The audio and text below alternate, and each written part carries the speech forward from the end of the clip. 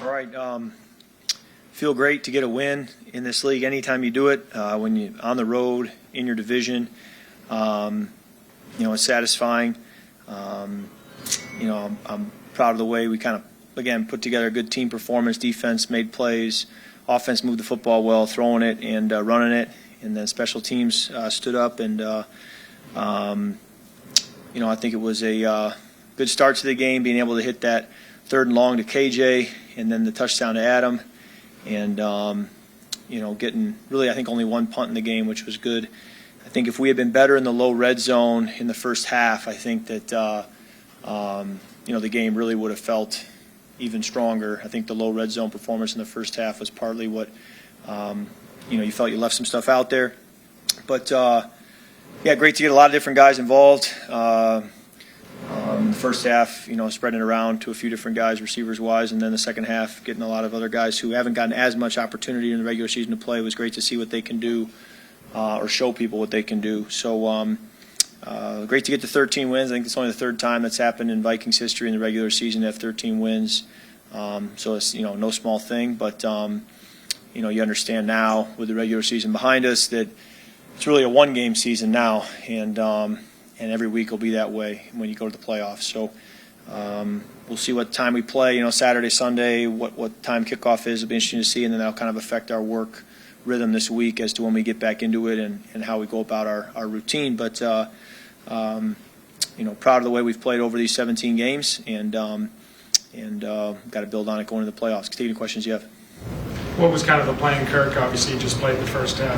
Going in, was there a certain plan that you knew of, how much you might play? Yeah, there really wasn't. I think it was an awareness that we would like to play other players at some point in the game, whether that's, a half or a quarter or 3. We just didn't know. So you go in there and you try to play as efficiently as you can for as long as you're in there. And outside of the low red zone, I think it was very efficient. And then down in the low red zone, it wasn't good enough. So that's kind of my high-level takeaway from today. Kirk, what were the issues in the low red? Yeah, I took a delay game, my fault. That set us back. We had the cover 0 where I didn't really work the right side versus cover 0. Again, my fault. We had a 3rd down there where I threw it inbounds, which then prevented us from getting that field goal at the end of the half. Needed to throw the ball to the end zone or out of bounds instead of leaving it inbounds. So there were just a few plays there that we left some stuff out there. Kirk, on the delay of game, what was the conversation there with the officials? It looked like maybe they had reset the play clock after. Yeah, that's what I told them pretty passionately, but they told me I was wrong. So I went over to Brad and I said, I stand corrected. If you don't have to reset it, then you don't have to reset it. I'd really like you to reset it, but I guess I can't make you. So, but then I said to him, I think we still got the snap off if Kevin doesn't call a timeout. I understand why he called a timeout, but as difficult as you guys made it on me, we did still get it off. So, tough to then burn that timeout and then not have it at the end of the half. So that's where every play matters. Every play builds to the next one, and that's why you just can't afford to ever have one that doesn't go the way you need it to. Kirk, Justin finished his regular season, I think, 1,800-plus yards. I just wonder, what's it been like to be along with him on that journey, contribute to it, and I think it's, like I said, the 5th most in NFL history. There's so many places I could go with that. To stay healthy for 17 games when you're getting that many targets is not something I take for granted. I mean, you watch a lot of guys who get hurt and are out. So to know he's out there every week I don't take that for granted. The different number of ways he's making those plays. Some of them are, go balls. Some of them are, a screen. Some of them are, 3rd down in traffic. So the versatility as a player that he affords us as a receiver, where it's not just a certain trick that he does, but it's really the entirety of what you ask a receiver to do.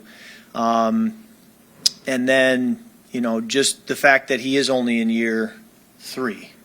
So, challenging him as I've challenged him after his rookie year and after his second year, that it's very difficult to run it back and do it again. But that'll always be my message to him is, to just run it back and do it again is very challenging. And in my 11 years looking back, very few guys are able to do it year after year after year. And if you can, you start to put yourself in rare air. And so far, 3 years in, he's not only ran it back, but he's been even better.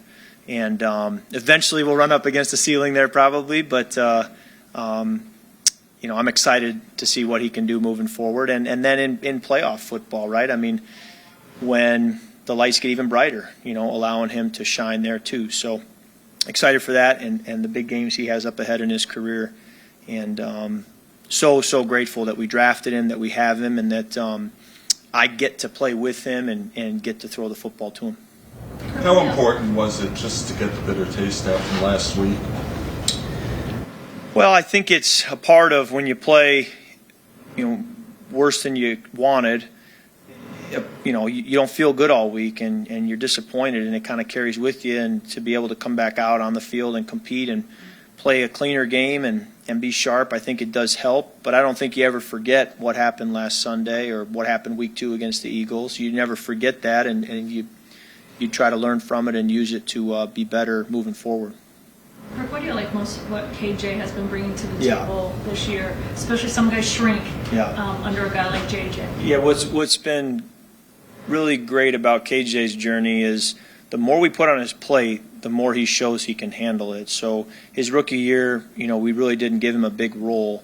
Last year he started showing up more and more, sometimes on accident, where he's getting the ball and we're not even expecting it, and he's just making plays. And then this year, kind of give him more, and he's handled it. And he shows it in OTAs, he shows it in training camp, where you say, this guy is a real deal, and I have total confidence in him to kind of do it all as well when it comes to the different things you ask of a receiver. So, I feel really good about our receiving group, Adam, KJ, and Justin specifically, and then again, their ability, the three of them, to stay healthy, the work that they put in to do that, to stay healthy.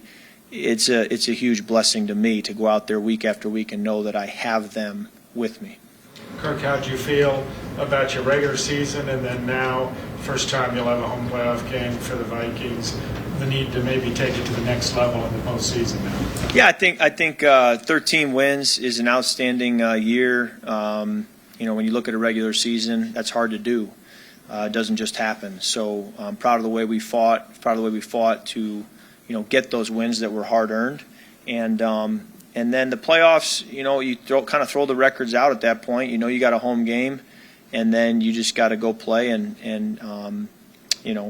earn it one play at a time. And it's there's an intensity to the playoffs that you're aware of, and it's pro football. You got to be ready to go. Kirk, how did you feel the communication was with the line, with you guys kind of starting the game for the first time there? Yes, I think it was good work for us to be able to have them in there together as a unit before the playoffs begin. And so I think it worked well. It also was not the loudest environment here that, may have made it a little bit easier, but I think they handled it well. And, and we'll have another week of practice here to get everything locked in. Kirk, you talked a bunch this year about your developing comfort in this scheme and system. Where do you feel now, and what is maybe the biggest difference with the comfort now compared to earlier? That's a great question. It's a gradual process. I felt the Detroit game at Detroit, I felt like I kind of turned a corner a little bit there. I walked up the field and said, okay, this game kind of felt like it used to feel when I was in a system for 2 or 3 years, where you start to understand where we're trying to go with it.